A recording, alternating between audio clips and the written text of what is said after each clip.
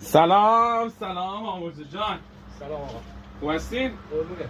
آقا بفرمایید که سفارش چی داریم؟ سفارش نداریم. آقا سفارش دیگه، ما یک محصول خوب داریم، سفارش خوب بده به ما. آقا ما سفارش نداریم.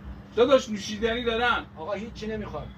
داداش نوشیدنی دارم. خب یک دونه بخر 5 تا ببر. آقا همه چی داریم، جنسامون فوله.